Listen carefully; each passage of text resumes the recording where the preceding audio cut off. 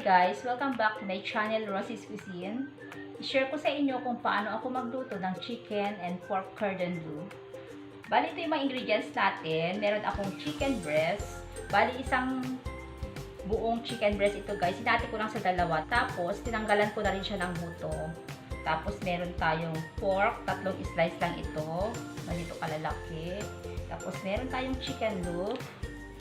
Meron tayong cheese. Salt, ground pepper, tapos meron din tayong chili and paprika. Bali yung chili and paprika is optional lang yon. Then yung cheese naman, ito lang yung mga available sa akin. So itong gagamitin ko. Actually meron na bibili sa groceries na na-slice na, naka-shape na siya ng square. So ito naman dapat sweet ham. So wala din akong sweet ham. So ito na lang ang gagamitin ko, chicken loaf. Ganito siya. So, start na tayo guys. Bali, ang gagawin natin guys, ipipitin natin ang pork natin or chicken. So, ganituhin ko lang. Kung wala kayong ganito, yung cling wrap, pwede naman kayong gumamit ng plastic. Ganito. Tapos, ipasok lang ito sa loob para hindi lang tumalsik din yung chicken.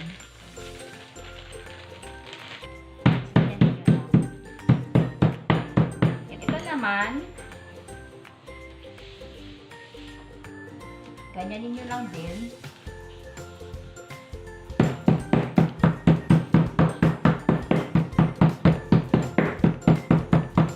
Ganito lang guys. Kung walang plastic, okay lang din.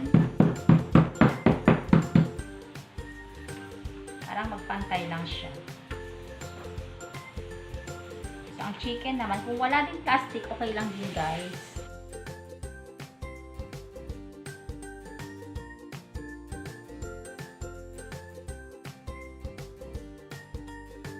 Bali, kukuha muna ako ng cheese. Slice muna tayo ng cheese.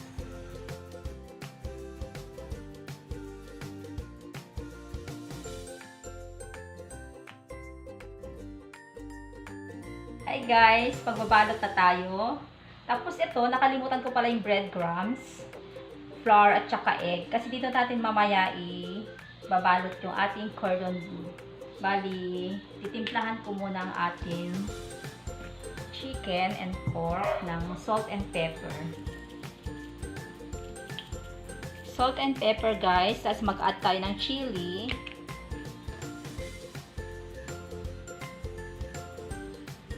Tapos mag-add din ako dito sa flour ng chili, salt and pepper din.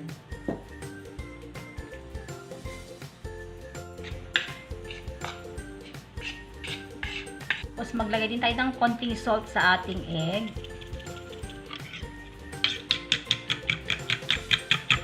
Okay guys, magbalot na tayo.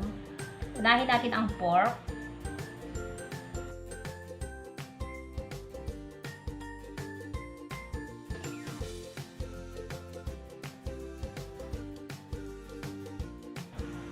Tapos lagyan natin ng toothpick.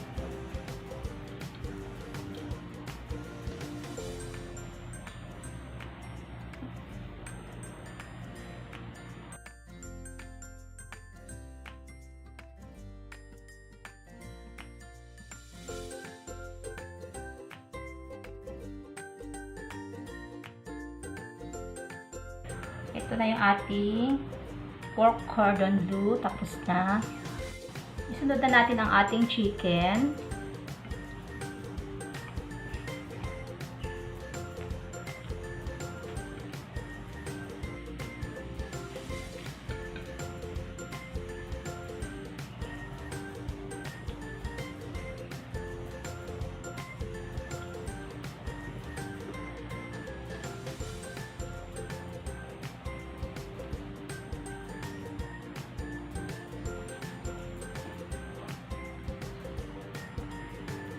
Mamaya irarap ko siya ng plastic. I-wrap muna natin to guys.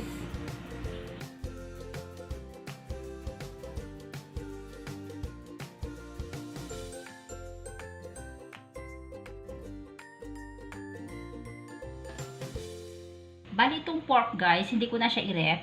So direct to fry na lang.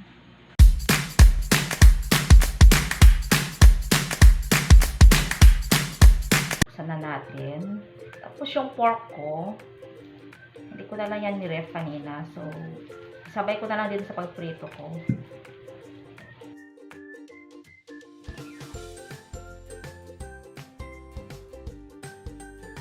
So, yun na natin gagawin. Itong pork muna natin.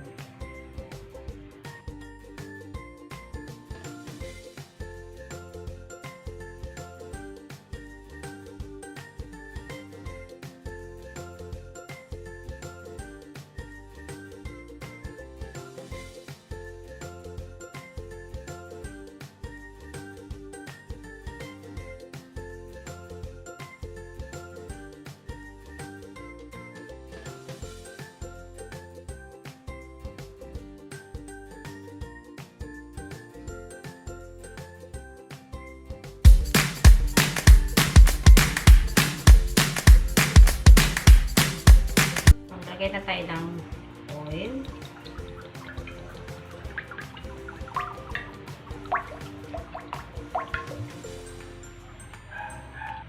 So guys, pwede na yung ating oil. Mainit na, so maglagay na tayo. Hinaan ang apoy muna.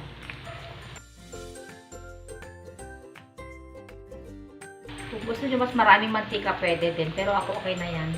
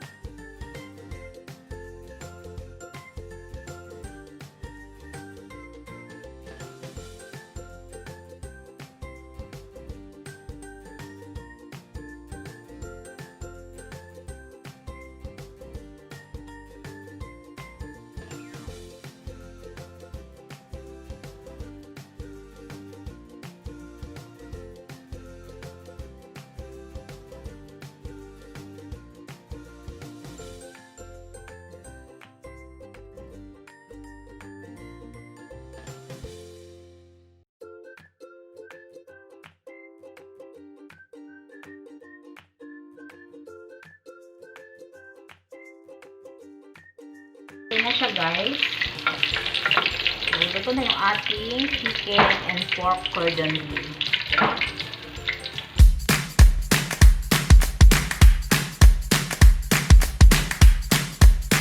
Ito na ang ating chicken and pork cordon bleu. Bali, unahin kong i-slice ang ating pork. Tikman na natin guys.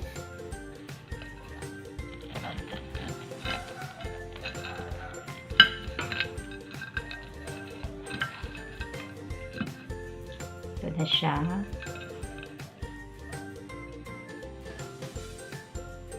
Tamang-tama lang yung pagkaluto. Tikman natin.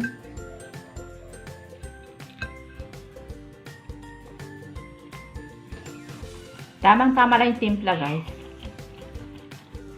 Ito naman yung ating chicken.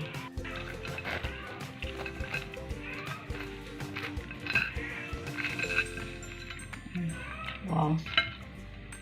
Sobrang malaki. Hatiin natin.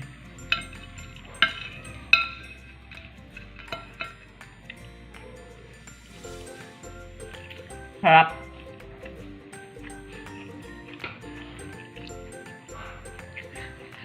Tama lang yung anghang niya.